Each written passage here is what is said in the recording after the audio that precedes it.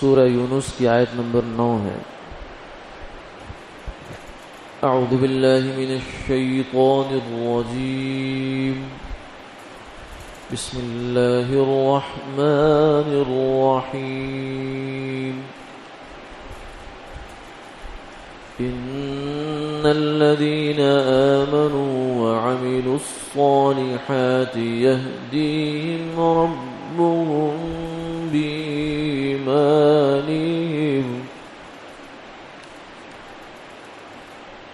تجري من تحتهم الأنهار في جنات النعيم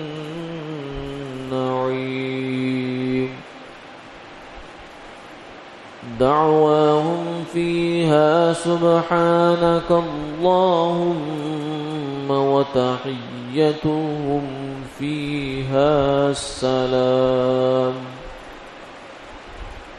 وآخر دعواهم أن الحمد لله رب العالمين۔ صدق اللہ العظیم۔ بے شک جو لوگ ایمان لائے اور نیک کام کیے، ان کا رب ان کو ان کے ایمان سے ہدایت کرے گا، بہتی ہیں ان کے نیچے سے نہریں آرام کے باغوں میں۔ ان کی دعا اس جگہ یہ ہے کہ پاک ہے ذات تیری اے اللہ، اور ملاقات ان کی سلام، اور ان کی دعا کا خاتمہ اس پر ہے کہ سب خوبی اللہ کو جو پروردگار ہے سارے جہان کا۔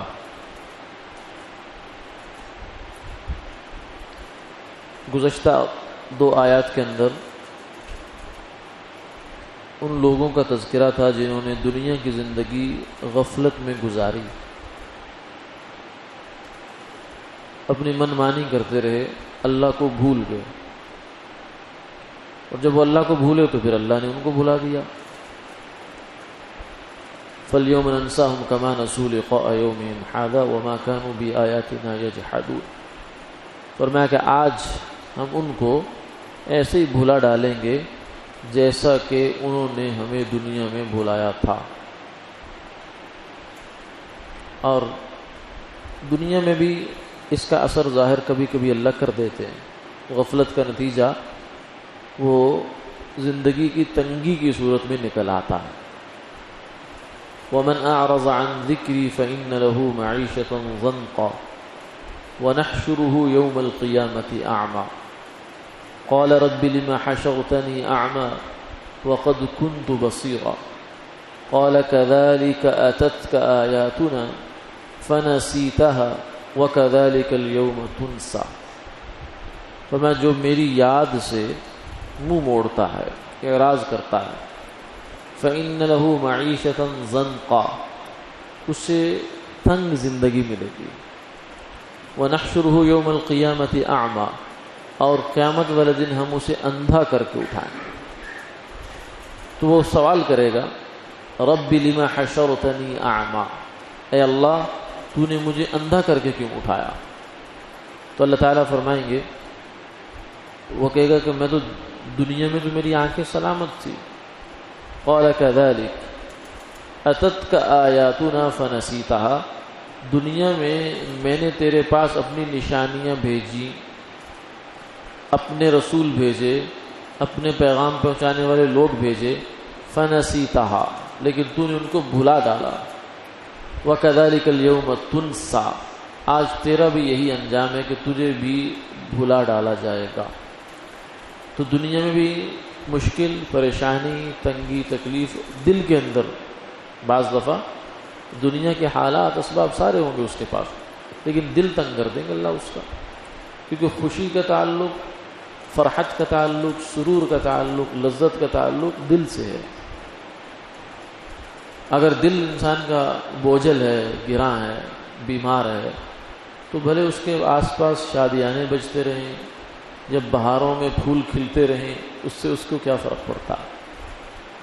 اس لیے فرمایا، شاعر نے کہا ہے، الفت میں برابر ہے وفا ہو کہ جفا ہو، ہر چیز میں لذت ہے اگر دل میں مزہ ہو۔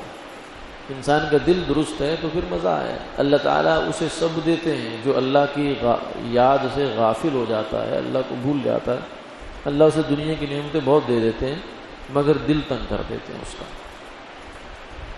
تو دنیا کا انجام بھی ہے اور آخرت کا انجام بھی ہے. تو آج کی آیات میں اس کے بالمقابل تصویر کا دوسرا رخ دکھایا ہے کہ ایک انداز تو یہ ہے اور ایک انداز یہ ہے کہ جو لوگ ایمان لائے، یعنی اللہ پر ایمان کا مطلب جب بھی بولا جاتا ہے تو اس میں ساری چیزیں شامل ہوتی ہیں جس کو ہم ایمانیات کہتے ہیں.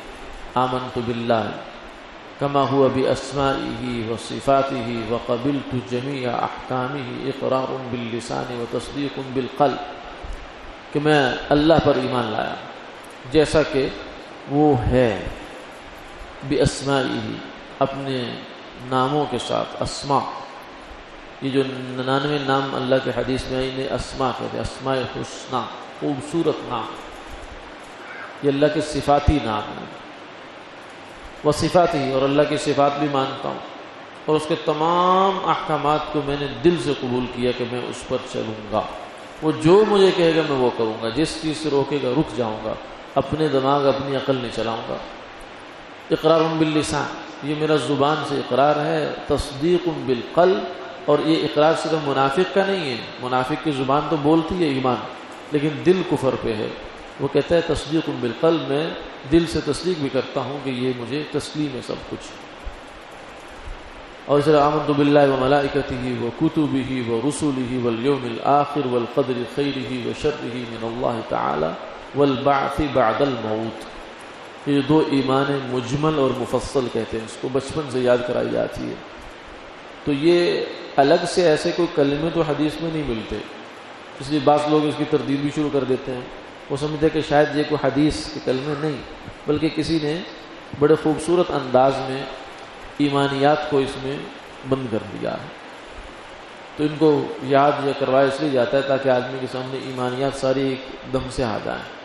اللہ پر ایمان، فرشتوں پر ایمان، کتابوں پر ایمان، رسولوں پر ایمان، اچھی بری تقدیر پر ایمان، پھر قبر کی زندگی ہے، حشر نشر ہے، جنت ہے، سب اس کے اندر آ گیا ہے.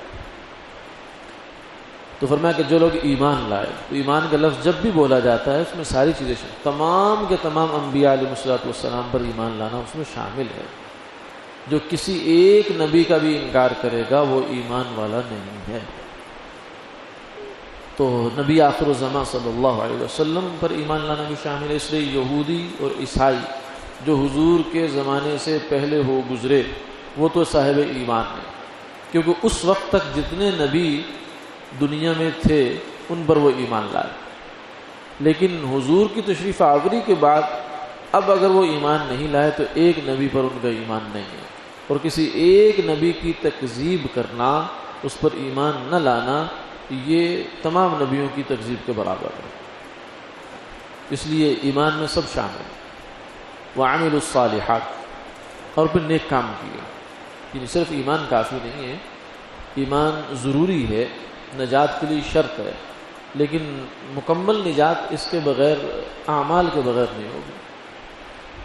اس لیے عین ممکن ہے، بلکہ ایسا ہوگا کہ بہت سے لوگ صاحب ایمان ہوں گے مگر جہنم میں جائیں گے اپنے گناہوں کی سزا بھگتنے کے لیے. فرق اتنا ہے کہ جو کافر جہنم میں جا رہا ہے وہ عذاب کے لیے ہے، اور جو مسلمان جا رہا ہے وہ صفائی کے لیے. وہ سزا کے لیے نہیں، وہ صفائی کے لیے جا رہا ہے. کیوں؟ اس لیے کہ اس کے اندر گند ہے، گناہوں کا، بدعملی کا، فسق کا. اس کو صاف کیا جائے گا، صاف کرنے کے بعد پھر اس کو جنت میں ڈالا جائے گا. تو اگر آدمی اس دنیا میں اپنی صفائی کر لے تو یہیں سے جنت شروع ہو جائے گی، اور اگر صفائی کیے بغیر دنیا سے چلا گیا تو صفائی تو بہرحال ہوگی. حضرت لاہوری رحمۃ اللہ علیہ فرمایا کرتے تھے کہ اگر آدمی اس دنیا سے اپنی صفائی کرا کر نہیں گیا تو آخرت میں آگے اللہ تعالیٰ نے ایک ہسپتال بنا رکھا ہے جس کا نام جہنم ہے، وہاں سے صفائی ہوتی ہے پھر آدمی کی. دنیا میں صفائی کا مطلب کیا ہے؟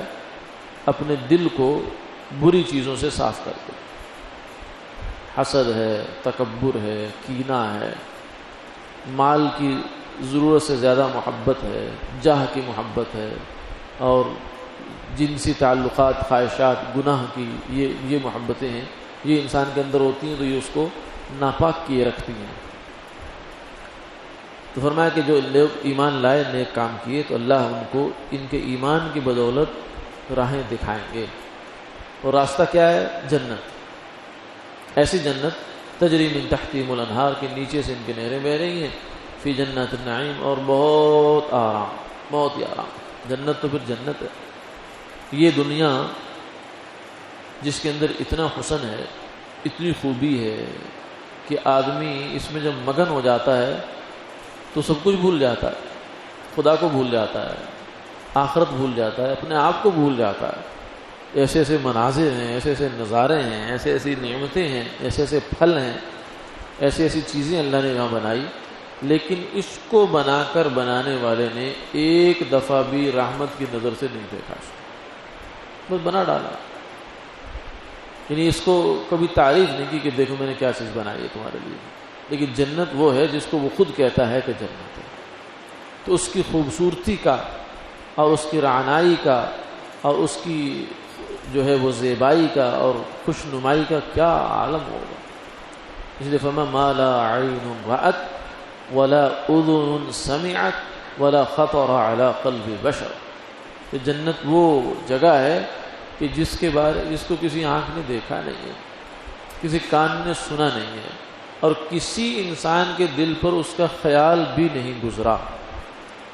یعنی جو دنیا میں ہم سنتے ہیں کہ وہاں پھل ہوں گے، تو پھل کا لفظ سن کے ہمارے ذہن میں کچھ دنیا کا پھل آتا ہے، پھر ہم یہ سوچتے ہیں کہ شاید اس سے کچھ اچھا ہو جائے گا، کوالٹی وائز اچھا ہوگا، لیکن وہ یوں سمجھے کہ جنت کے پھل اور دنیا کے پھل بس نام ایک ہے، ورنہ حقیقت اس کی کچھ اور ہے، اس کی کچھ اور ہے۔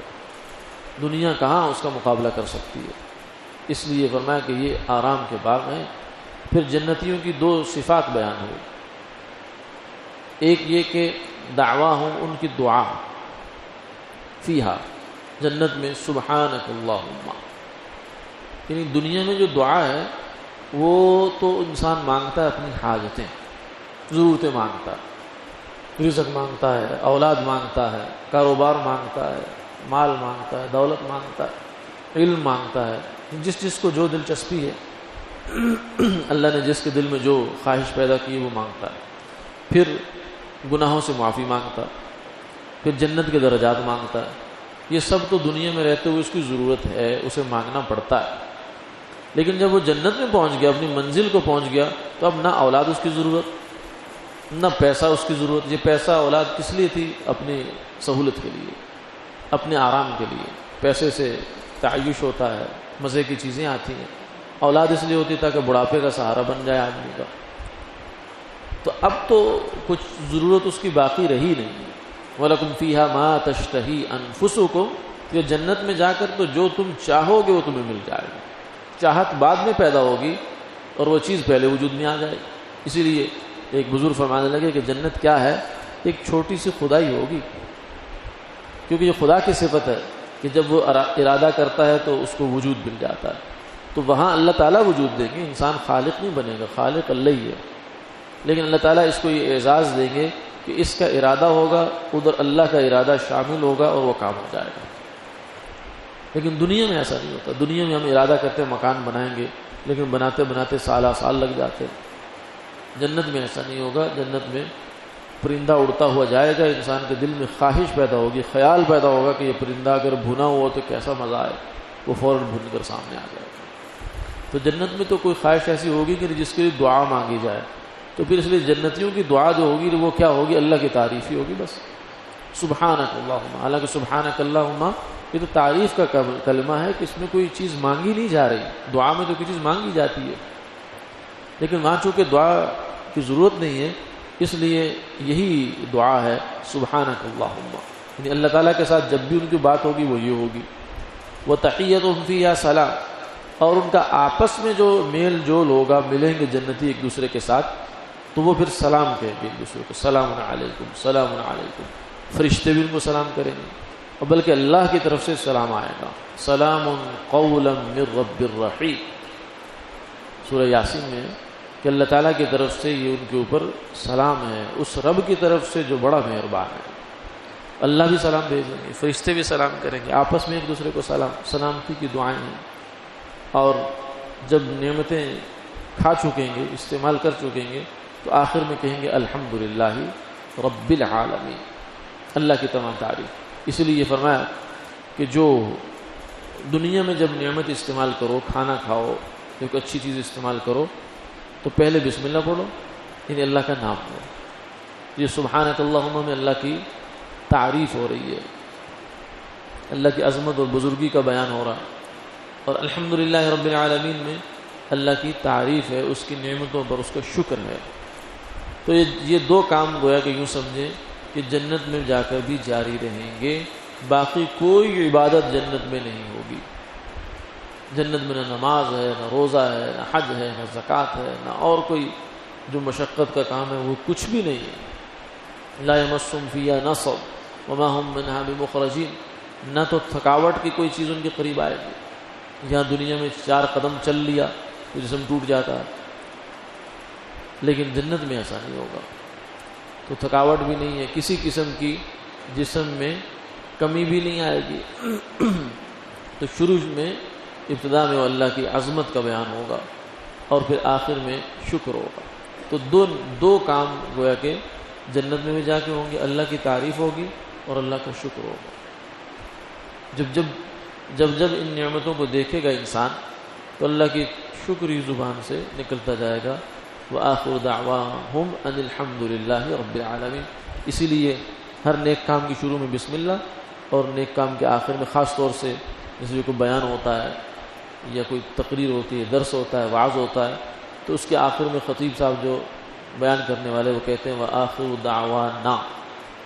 ہم کا مطلب ہے ان کا، یہ ضمیر غائب کی ہے، اور دعوانا کا مطلب ہے ہمارا، یعنی ہمارا آخری جو کلام ہے وہ یہ ہے ان الحمد للہ رب العالمین، کہ تمام تعریف اللہ کے لیے.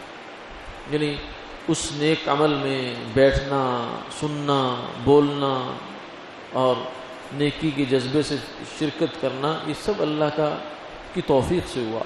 اسی کی ہم تعریف کرتے ہیں کہ جس نے ہمیں یہ توفیق عطا فرمائی.